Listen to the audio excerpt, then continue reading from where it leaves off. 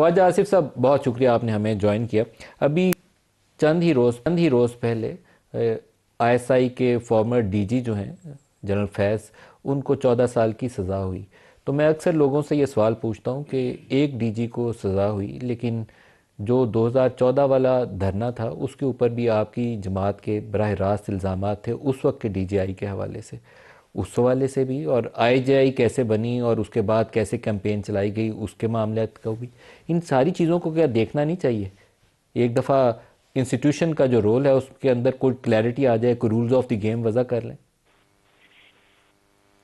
مقصد یہ آپ کی بات جو ہے 100% درست ہے، لیکن ابتدا تو ہوئی ہے نا. ایک آپ نے ایک بہت بڑا جو ہے ایک کیا کہتے ہیں انگریزی میں کہتے ہیں کہ وہ کراس کیا ہے ایک ہرڈل جو ہے، یا اس کو جو بھی آپ کہہ سکتے ہیں کہ یہ ایک چیز جو ہے آپ 6 مہینے، سال یا 2 سال یا 3 سال پہلے آپ نے میچنیبل تھی. تو ایک اکاؤنٹیبلٹی جو ہے اس ادارے نے اپنے ex D G I S I کی ہے.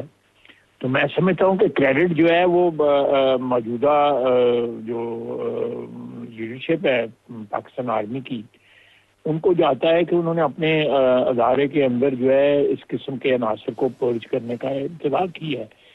تو باقی رہ گیا کہ جو کیا نام تھا ان کا جنہوں نے دھرنا 2013 والا دیا تھا، مجھے نام بھول رہا ہے ان کا، تو یا اس سے پہلے آئی جی آئی والا جو سلسلہ تھا، جو سارا سلسلہ تھا. میرا خیال ہے کہ یہ جو ایک ابتدا کی ہے ادارے نے، I think we should give credit to the present leadership of Pakistan Army کہ انہوں نے کی ہے. وہ ایک کیا کہتے ہیں روبیکون جو ہے وہ انگریزی میں کہتے ہیں کہ آپ نے کراس کیا. تو بجائے اس کے کہ ہم ماضی میں ڈھیپ جائیں، ہو سکتا ہے کسی وقت جو ہے ہماری جو ہے وہ اکاؤنٹیبلٹی کا پروسیس جو ہے وہ اتنا بحال ہو جائے کہ سر عام طور پر جو پاکستانی طریقہ کار یہ ہے، معذرت کے ساتھ اس میں ہماری سیاستدان بہت بڑے قصوروار ہیں. جب وہ 2014 کے دھرنے میں پی ٹی آئی کے لیے یا وہ دھرنا کروانے کے لیے پی ٹی آئی اور پیٹ کو اکٹھا کیا گیا تھا، تو اس وقت پی ٹی آئی بینیفیشری تھی، نون لیگ کو رگڑا لگ رہا تھا. پھر اس سے پہلے آئی جے آئی چلے جائیں تو آئی جے آئی میں میاں صاحب بینیفیشری تھے، پیپلز پارٹی یا محترمہ کو اقتدار سے دور رکھنا مقصد تھا. یہ معاملہ پاکستان میں تب رک سکتا ہے کہ آپ سیاسی لوگ کچھ بیٹھ کے آپس میں کچھ وضاحت ڈیولپ کریں، کوئی رولز آف دی گیم طے کریں.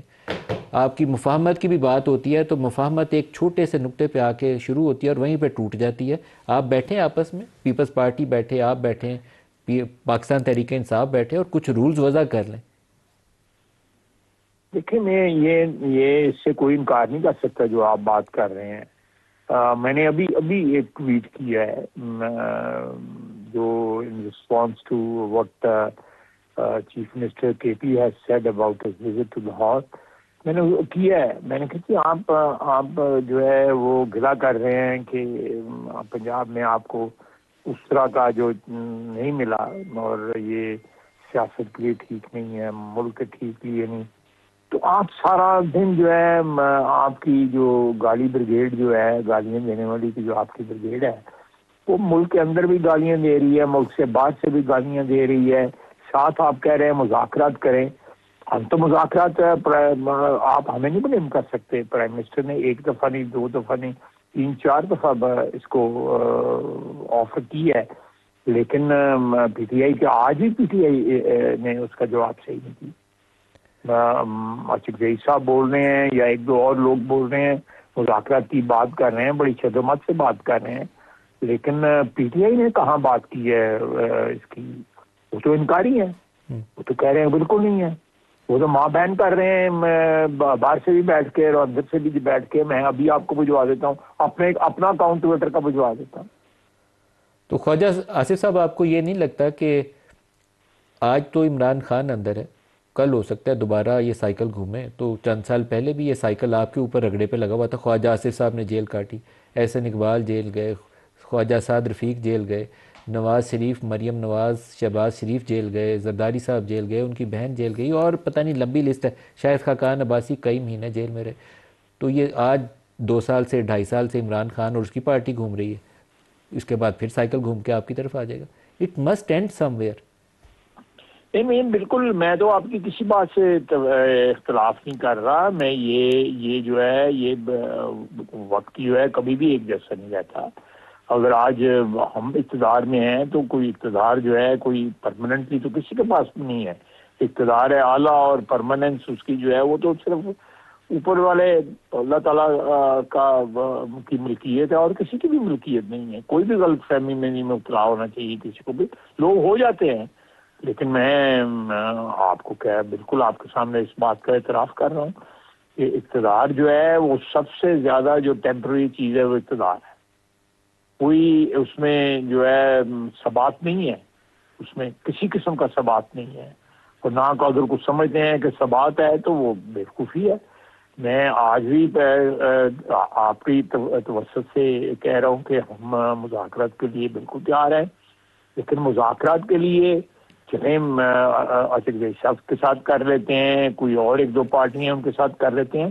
لیکن یہ تو گالیاں دے رہے ہیں، آج بھی گالیاں دے رہے ہیں، ایز وی اسپیک گالیاں دے رہے ہیں. میں آپ کو 10 منٹ پہلے کب سوشل میڈیا کی کلپس بھیج سکتا ہوں. بالکل صحیح. یہ تو اس طرح تو نہیں ہوگا. آپ جو بات کر رہے ہیں، میں نے آپ نے 3 باتیں کی ہیں، تینوں سے اختلاف نہیں کرتا، تینوں سے بالکل 100%. اگر یہ آپ کہتے ہیں کہ جی IGI سے ہونا چاہیے، بالکل ہمیں اپنا ماضی پرچ کرنا چاہیے.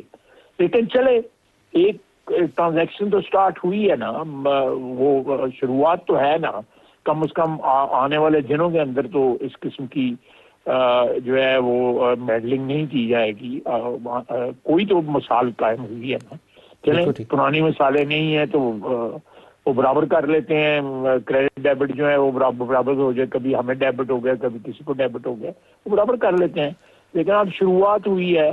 آنے والے وقتوں میں کوئی بھی جو ہے پیٹرنیج جو ہے پولیٹیکل پارٹی کو یا پولیٹیکل جو ڈسپینسیشن ہے اس کو نہیں دے گا. قانون اور آئین کے مطابق جو ہے وہ سلسلہ جو ہے چلتا رہے گا، فوج کا بھی اور سول کا بھی اور سب کا.